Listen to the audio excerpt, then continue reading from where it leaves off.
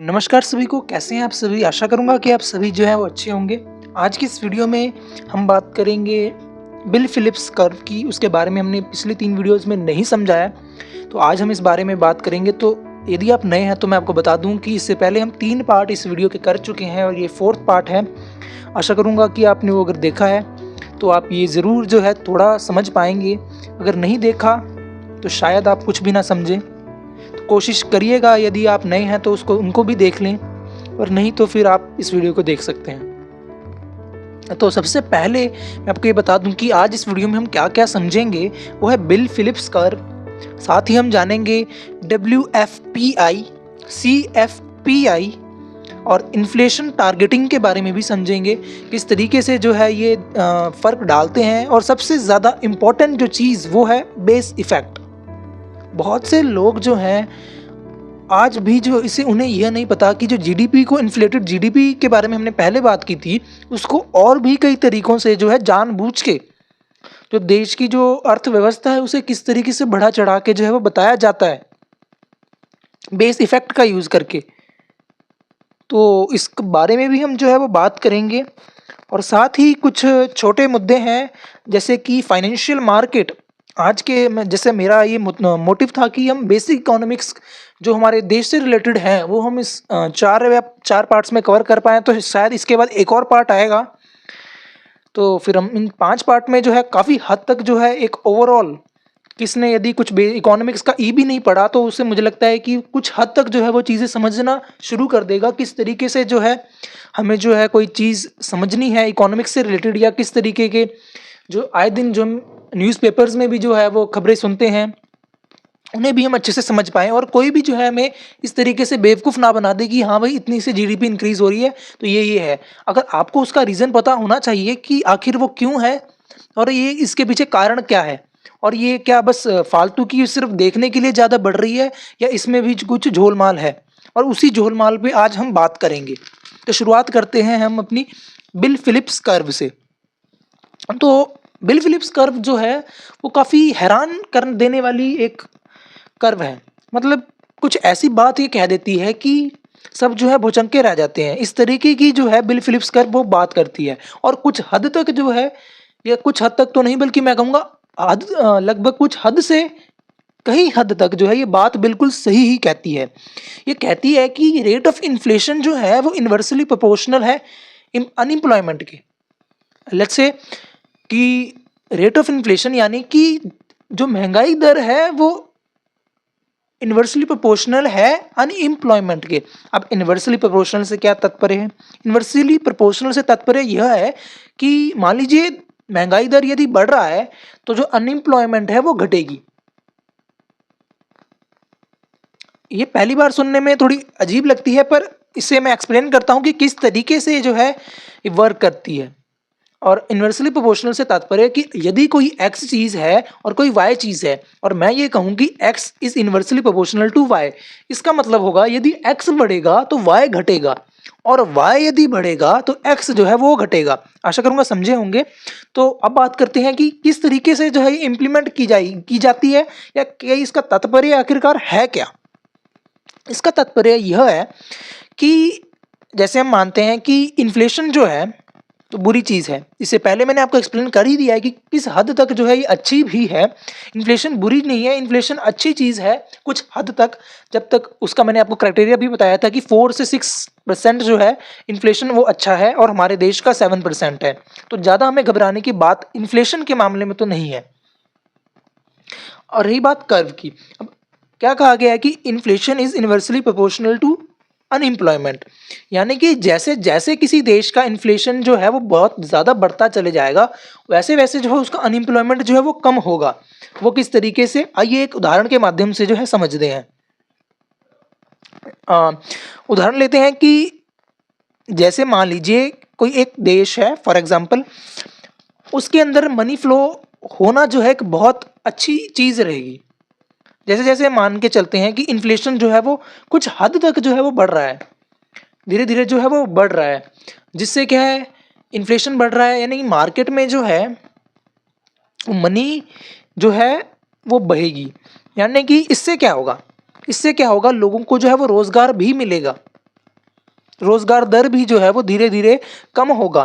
पर जो ये कर्व जो है ये शॉर्ट टाइम तक ही जो है वो वैलिड रहती है, ऐसा कहा गया था आपके 2 साइंटिस्ट के द्वारा। उन्होंने क्या कहा कि जो यह जो विल फिलिप्स कर्व है ये हमेशा के लिए वैलिड नहीं है। ऐसा क्यों कहा उन्होंने कि जैसे-जैसे हम मान के चलें कि इन्फ्लेशन बढ़ रही है, वैसे-वैसे जो है उनकी वेजेस भी बढ़ेंगी और साथ ही क्या होगा कि जो कंपनीज़ होंगी, वो कंपनीज़ जो है इतनी सा ज़्यादा वेजेस जो है लोगों को नहीं दे सकती। इसलिए क्या होगा जो अननेसेसरी जो वर्कर्स होंगे या साथ ही काम जो कंपनी के अंदर जो काम करने वाले होंगे, उन्हें क्या है जो धीरे-धीरे फायर करना शुरू कर दिया जाएगा कंपनीज़ के द्वारा। तो इस तरीके से जो है क्या होगा कि बहुत ही ज़्यादा इन्फ्लेशन हो जाने से जो वर्कर्स हैं या फिर जो कंपनी के अंदर काम करने वाले हैं, उन्हें जो है कंपनी जो है फायर करना शुरू कर देगी यानी निकालना शुरू कर देगी। इससे क्या होगा?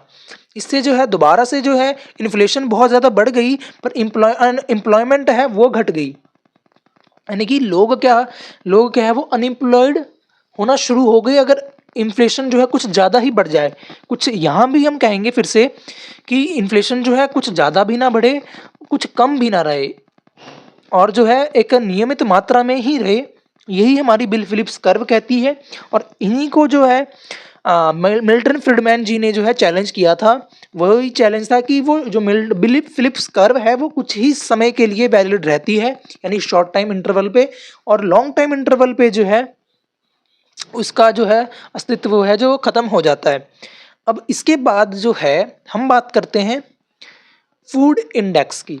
किस तरीके से जो है हमारे देश में फूड इंडेक्स को जो है वो मेंटेन किया जाता है।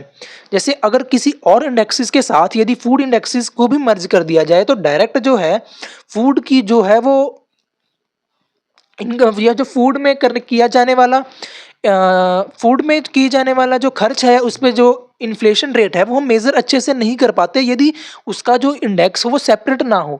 क्योंकि जो फूड है हमारे देश में वो एक सबसे ज़्यादा एक्सपेंडिचर वाली चीज़ है। यानी कि फूड पे जो है बहुत अधिक मात्रा में जो है वो खर्चा किया जाता है और फूड के जो प्राइसेस होते हैं वो बहुत ही ज़्यादा वॉलेटाइल रहते हैं यानी कि फिक्स प्राइसिंग नहीं रहती। जो सीजन्स के हिसाब से जो है वो फूड के प्राइस जो है लगातार फ्लक्चुएट करते रहते हैं। रूरल में अलग रहते हैं, अर्बन एरिया में अलग रहते हैं, जिस कारण से जो है एक फूड इंडेक्स होना बहुत ही ज़्यादा ज़रूरी था हमारे देश में जो कि एग्रीकल्चरल इकोनॉमी जो है मोस्टली देखी जाती है।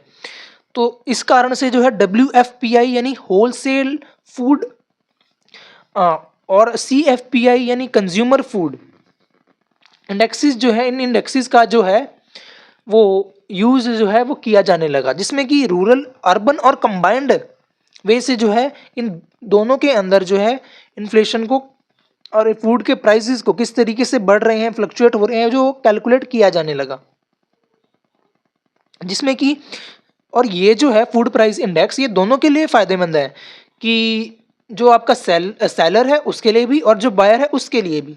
इससे जो है दोनों जो है एक तरीके से जो है अनुमान लगा सकते हैं कि आने वाले भविष्य में जो है किस तरीके का जो है प्राइसिंग रहने वाली है। और इसी से सिमिलर है हाउस प्राइस इंडेक्स जिसमें कि जो है घरों के प्राइसेस के बारे में जो है वो हमें जानकारी प्राप्त होती है। जैसे बायर सेलर जैसे जिसे घर खरीदना है वो भी इस बारे में जो है जानकारी रख सकता है कि रियल एस्टेट का प्राइस कितना चल रहा है और जो सेलर है जिसे बेचना है वो भी जो है उसी हिसाब से जो है अपनी जो प्रॉपर्टी है या अपना घर है उसका जो है प्राइस वो डिसाइड कर सकता है। इसलिए जो है हाउस प्राइस इंडेक्स भी है और जैसे फूड प्राइस इंडेक्स भी जो मैंने आपको समझा दिया। ऐसे कई सारे इंडेक्सेस हैं पूरे देश में जो चलाए जाते हैं। शायद हमने बहुत से इंडेक्सेस के बारे में सुना ही नहीं होगा। अभी आप गूगल कर सकते हैं, गूगल पे जाके आप देख सकते हैं कि किस तरीके से जो है इन सभी इंडेक्सेस का जो फंक्शनिंग है। और इसके बाद हम बात करते हैं सर्विस प्राइस इंडेक्स की। जैसे हमारे देश में 54% जो GDP में कंट्रीब्यूशन है वो सर्विस सेक्टर से ही आता है या टर्शरी सेक्टर से ही आता है, जिसमें banking, postal, railway, security, air, ports, telecom, insurance, इस तरीके के जो है अलग अलग इंडेक्सेस जो है हर एक सेक्टर के लिए या हर एक जो फर्म है उसके लिए अलग-अलग जो है सेक्टर नियुक्त किए गए हैं और इनके द्वारा इसमें जो परिवर्तन आते हैं उसे जो है इनमें हम देख सकते हैं। इसके बाद हम बात करते हैं इन्फ्लेशन टारगेटिंग पर। जैसे कि हमने पहले पढ़ा था कि इन्फ्लेशन को जो हमारे देश में वो कैलकुलेट करने का जो तरीका है वो है सीपीआई कंबाइंड, यानी कि रूरल और अर्बन वे जो है दोनों का जो है कॉम्बिनेशन के साथ जो है वो कैलकुलेट किया जाता है। और उस ये इसको 2050 में जो है वो शुरुआत की गई और आरबीआई की जिम्मेदारी जो है रहती है। इस पे हमने पहले भी बात की कि आरबीआई की जो जिम्मेदारी है वो है कि जो हमारे देश में इन्फ्लेशन का जो रेट है वो कम से कम 2 से 7% तक ही रहे। इससे ज़्यादा अमाउंट में जो है वो ना बढ़ जाए, क्योंकि इससे पहले हम पढ़ चुके हैं कि हाइपर इन्फ्लेशन भी जो है अगर इससे ज़्यादा बढ़ जाए तो हाइपर इन्फ्लेशन का खतरा है। और यदि हाइपर इन्फ्लेशन पे हम पहुंच जाए तो काफ़ी ज़्यादा प्रोन हो जाते हैं मिलियन बिलियन इन्फ्लेशन के, जिसका उदाहरण जो है हमने पहले ही समझ लिए हैं। तो इसके लिए क्या किया जाता है, इन्फ्लेशन टारगेटिंग के अंदर जो है इसके 2 वेज में जो है उसका ऑब्जेक्टिव जो है वो 2 तरीकों का रहता है। एक पहला कि एक स्ट्रिक्ट और फ्लेक्सिबल। इसमें क्या देखा जाता है कि किस तरीके से जो है इन्फ्लेशन को जो है वो कंट्रोल में लिया जाए। तो इसके लिए सबसे ज़्यादा ज़रूरी हो जाते हैं फ्यूल एंड फूड, F2, यानी फ्यूल एंड फूड किसी भी इकोनॉमी के लिए बहुत ही ज़्यादा इंपॉर्टेंट है, खासकर हमारे लिए, क्योंकि हमारे पास अपना फ्यूल है नहीं तो हम तो मोस्टली उसे एक्सपोर्ट ही करवाते हैं। फॉर एग्जांपल किसी दे मान लीजिए जियोपॉलिटिकल टेंशन्स के कारण किसी कंट्री में जो है वॉर हो जाती है, कई फॉरेन कंट्रीज़ के अंदर वॉर हो जाती है और इंडिया जो है उनसे ऑयल एक्सपोर्ट करता है, यानी फ्यूल एक्सपोर्ट करता है। तो ऐसी स्थिति में क्या होगा कि भारत के अंदर जो है वो फ्यूल की जो कॉस्ट है वो बढ़ जाएगी, या फ्यूल ही कोई देश भारत को देना बंद कर दे जियोपॉलिटिकल टेंशन्स के कारण, तो देश के अंदर फ्यूल की जो है शॉर्टेज हो जाएगी, जिस कारण से जो है फ्यूल महंगा हो जाएगा। फ्यूल महंगा हो गया तो ट्रांसपोर्टेशन महंगा हो गया, ट्रांसपोर्टेशन महंगा हो गया तो चीज़ें महंगी हो गई। किसी भी चीज़ को ट्रांसपोर्ट तो किया ही जाता है ना, कि बंगाल से कोई चीज़ गई बिहार, या पास की बात करें या जम्मू कश्मीर के सेब जो हैं वो गए केरला। तो इतना जब ट्रांसपोर्टेशन हुआ तो ट्रांसपोर्टेशन कॉस्ट के कारण जो है ये चीज़ महंगी हो गई और ट्रांसपोर्टेशन में लगेगा फ्यूल, और फ्यूल जो है वो पहले शॉर्ट है, फ्यूल ऑलरेडी महंगा हो गया है। तो इस सिचुएशन में जो है हर एक चीज़ जो है वो इफेक्ट हो जाएगी। इसलिए जो है फ्यूल और फूड जो है किसी इकोनॉमी का मोस्ट वॉलेटाइल पार्ट रहता है, और इनकी जो वॉलेट प्राइसिंग भी है वो भी ज़्यादा फ्लक्चुएट जो है हमेशा करती रहती है। और यदि कोई बैंक है, जैसे किसी भी देश का कोई बैंक हो, फॉर एग्जांपल हम अपने देश की बात करें तो आरबीआई जैसे है, तो उसका मेन यदि फोकस एम यही रहे, ये 2 चीज़ों पे रहे कि फ्यूल और फूड को यदि हमने सही ढंग से मेंटेन करके रख लिया तो बाकी चीज़ों की टेंशन लेने की ज़रूरत नहीं है, क्योंकि सबसे ज़्यादा वॉलेटाइल जो है वो फ्यूल और फूड ही है। यदि इन दोनों के प्राइसिंग को हमने 2 से 6 के अंदर ही रखा तो बाकी चीज़ें अपने आप ही जो है वो सही हो जाएंगी। तो ये था आपका इन्फ्लेशन टारगेटिंग। इसके बाद हम जो है वो समझ रहे हैं बेस इफेक्ट। हम आजकल जो है बहुत सुनते हैं कि हमारी जीडीपी ग्रोथ इतनी तेज़ी से हो रहा है, और भी कई सारी चीज़ें कि वर्ल्ड की जो फाइनेस्ट इकोनॉमी है वो हमारे देश की है, 7% की तेज़ी से बढ़ रहा है। पर इसमें जो है एक ट्विस्ट है। किस तरीके से वो ट्विस्ट है, वो ये है कि जो हमारे देश में इकोनॉमी का जो हम ये बात करते हैं, इकोनॉमी अवश्य है बढ़ रही है, इसके बारे में हमने पहले भी बात की है कि नॉमिनल जीडीपी क्या होता है और रियल जीडीपी क्या होता है, किस तरीके से इन्फ्लेटेड जीडीपी जो है हर एक देश बताता है, जीडीपी का ही क्यों यूज़ किया जाता है कंपैरिजन के लिए। ऐसी कई सारी चीज़ें हैं जिसके बारे में हमने डिस्कस ऑलरेडी कर ली है।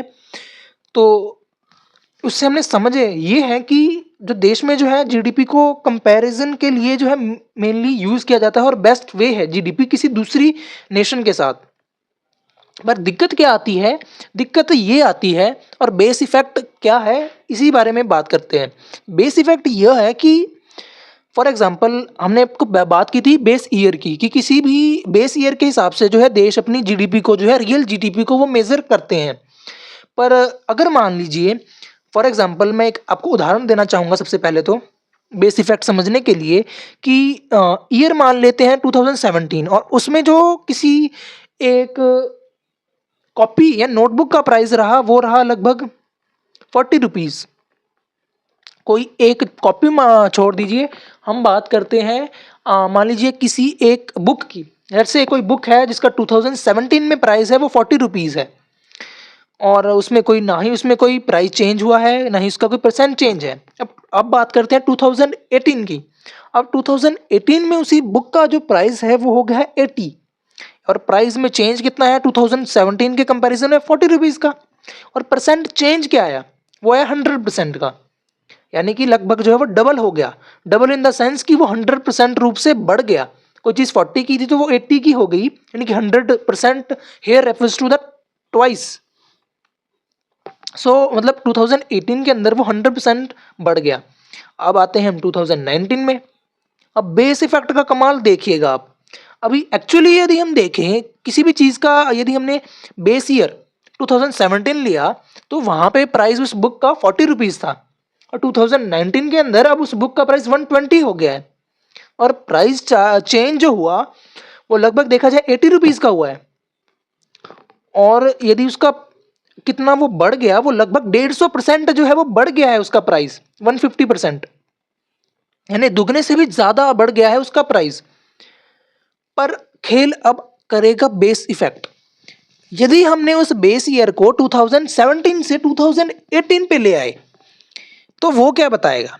अब 2018 मान लीजिए हमने 2017 बेस ईयर लिया था, अब 2018 बेस ईयर मान लीजिए हमने कर दिया, तो जो हमारा वो बुक थी अब वो केवल 50% चेंज हुई है उसमें, यानी कि 80 से 120 हो गया, प्राइस चेंज 40 हो गया, पर जो परसेंट चेंज हुआ वो लगभग 50% ही हुआ।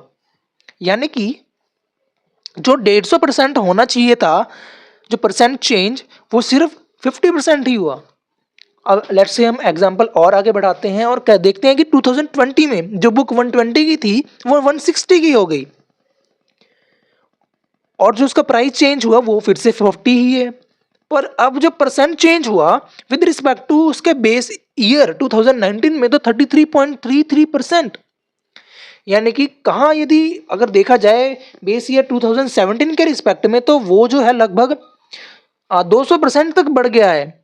पर बेस ईयर चेंज करने के कारण एक जड़ा सा जो है एक ईयर में 18 की जगह 19 एक शब्द में या एक नंबर में चेंज करने के कारण जो है उसमें चेंज कितने का देखने को मिला, सिर्फ 3.33%, यानी 33.33%। चलिए अब एग्जाम्पल को जो है और आगे बढ़ाते हैं। अब हम बात करते हैं 2021 में। अब जो वो बुक थी वो 160 की थी 2020 में, 2021 में अब वही बुक 120 की हो गई, यानी कि अब प्राइस चेंज कितना हो गया, -40, यानी कि उस बुक का जो प्राइस है वो -25% हो गया, यानी कि जो उसका प्राइस था वो माइनस में जा रहा है। बल्कि एग्जैक्टली अगर देखा जाए तो वो बुक 2017 में 40 की थी, पर प्राइस परसेंट चेंज जो अब हमें दिखा रहा है 2021 के अंदर वो -25% दिखा रहा है। जस्ट एक बेस ईयर में थोड़ा सा चेंज लाने के कारण किस तरीके से जो है पूरा डेटा जो है वो चेंज हो जाता है, यही है बेस इफेक्ट, कि just change in the base year on to on year, मतलब ईयर बेस ईयर में बदलाव कर देना और जिस कारण से जो है पूरा ही खेल पलट जाना। यही कारण है हमारे देश की जीडीपी को बहुत ज़्यादा बताने में कि किस तरीके से जो है सिर्फ बेस ईयर को बदलने के कारण जो है जो जीडीपी है वो काफ़ी ज़्यादा अमाउंट में हमें इंक्रीज होते हुए नज़र आती है। जो हमने पिछला एग्जाम्पल लिया ये था हाई बेस इफेक्ट का। अब हम बात करेंगे लो बेस इफेक्ट की, जो हमारे देश की जीडीपी को भी मेज़र करने में या काफ़ी जो लार्ज अमाउंट ऑफ इकोनॉमी है उसको जब मेज़र किया जाता है तो उसमें जो योगदान देते हैं या उसके अंदर जो झोलमाल का खेल है वो यही है लो बेस इफेक्ट। हालांकि ऐसा नहीं है कि ये कुछ ज़्यादा अमाउंट में, ऐसा नहीं है। मतलब मान लीजिए अगर 5% का होगा तो 10% ही दिखाएगा, ज़्यादा इसमें ऊपर नीचे नहीं है। पर क्योंकि ये सभी देश करते हैं, ऐसा नहीं है कि हमारा ही देश कर रहा है, ये हर एक देश करता है, तो इसमें कुछ गलत भी नहीं है। जस्ट कि कंपटीशन जब है, आपका कंपैरिजन जब है जीडीपी का, तो इसके लिए जो हर एक देश जो है ऐसे खेल जो है ऐसे पैंतरे अपनाते हैं इसमें कोई दिक्कत वाली बात नहीं है और अपने देश के जो लोग हैं उनके लिए स्ट्रेंथन करने के लिए कि नहीं हमारा देश अच्छा कर रहा है। खैर तो आते हैं मुद्दे पे कि अब एग्जांपल लेते हैं अपने देश का, अपने देश की जीडीपी का। एग्जांपल के तौर पे हम मानते हैं कि 2018 में हमारे देश की जो जीडीपी थी वो 110 थी। अब जीडीपी में चेंज क्या हुआ? कुछ नहीं। परसेंट चेंज भी क्या है? कुछ नहीं। तो अब आते हैं 2019 में। 2018 में जो थी वो हमारी जीडीपी थी 110। अब 2019 में हमारी जीडीपी होगी 120। तो जीडीपी चेंज हुआ हमारा 10 का, और जो परसेंट चेंज हुआ वो भी कितने का हुआ? 10 का। तो लेट्स से इस एग्जांपल को और ज़्यादा इलेबोरेटिव वे में हम देखने के लिए कह देते हैं कि 2017 में जो है वो 100 था, और 2018 में 110 था, 2019 में 120 था। तो जीडीपी चेंज 10 था और परसेंट चेंज 9.09 है। हालांकि देखा जाए तो डिफरेंस तो 10 का ही है। जहां 2018 में तो 2017 के कंपैरिजन में 100 से 110 हुआ, और 2019 में 2018 के कंपैरिजन में 110 से 120 हुआ। पर जो परसेंट चेंज हुआ उसमें क्या खेल है? 2018 का परसेंट चेंज हमें बता रहा है 10% और 2019 का परसेंट चेंज बता रहा है 9.09%। और मान लीजिए कि 2020 में क्या हुआ कि जीडीपी है अचानक से बहुत ही ज़्यादा कम हो गई। उदाहरण लेते हैं हम कोरोना का कि 2020 में कोरोना में क्या हुआ, जीडीपी बहुत ही ज़्यादा कम हो गई। जो हमारी जीडीपी 2018 में 110 थी वो 2020 में 90 हो गई, जिस कारण से जीडीपी चेंज जो हम मेज़र करेंगे वो करेंगे 2019 का, जो इसका पिछला ईयर है, उसका बेस ईयर है, उसमें हल्का सा चेंज आया। 120 से 90 में जीडीपी चेंज हुआ -30, और जो परसेंट चेंज हुआ वो है -25%। पर अब हैरतअंगेज वाली बात ये आएगी कि इस ईयर में जो ईयर की जो जीडीपी है उसमें बहुत ही ज़्यादा लो अमाउंट में जो है वो जीडीपी जो है पहुंच गई थी, जिस कारण से अब जो अगला साल रहेगा जैसे 2021 जिसमें जीडीपी हुई 90 से 100। जो शुरुआत में 2018 में 110 थी वो अब 2020 के धक्के के बाद 90 पे पहुंचने के बाद 100 पहुंची, जिसमें जीडीपी चेंज हुआ सिर्फ 10 का, पर परसेंट चेंज में 11.11% आया। यानी कि अब तक का सबसे बड़ा जीडीपी ग्रोथ वो इस कारण से हुआ क्योंकि जो बेस ईयर में जो जीडीपी पहुंची थी वो बहुत ही ज़्यादा कम हो गई थी, जिस कारण से जो है अब हमें वो ग्रोथ बहुत ज़्यादा लग रही है, क्योंकि जो जीडीपी थी वो बहुत कम ऑलरेडी पहुंच चुकी थी। जैसे होता है ना कि अगर कोई बच्चा बार बार फेल हो रहा हो तो उसके बाद यदि वो पास भी हो जाए तो उसका टॉप करने जैसा ही हमें लगता है, और वैसे ही बेस इफेक्ट में भी होता है। यानी कि अचानक से जब जीडीपी आपकी 90 पे पहुंची और अगले साल उसने थोड़ी सी ही रिकवरी की, जो कि वो शुरुआत से ही कर रही थी, 10% का वो ग्रोथ रेट जो है आपको बता रही थी। पर अब जब उसने 2021 में वो ग्रोथ 10 की ही की, जीडीपी चेंज 10 का ही हुआ, पर जो परसेंट चेंज आया वो है 11.11%। इसी खेल को कहते हैं बेस इफेक्ट। इस कारण से क्या होता है कि जो बेस वैल्यू है यदि वो कम है तो जो उसकी परसेंट चेंज है वो बढ़ जाती है, और जिस कारण से जो है जो हमें हाई वैल्यू जो है वो देखने को मिलती है। और यही खेल है स्टैटिस्टिक्स का, बस थोड़ी सी वैल्यू चेंज करने के कारण पूरा ही सिनेरियो बदल जाता है। और यही इफेक्ट जो है बहुत ही ज़्यादा इस्तेमाल किया जाता है। ये इसका इस्तेमाल किया जाता है क्या है, मतलब ये हमें ऑब्जर्व करने को मिल जाता है। आशा करूँगा आपको यहाँ तक जो है वीडियो समझ में आई होगी। बहुत बहुत धन्यवाद।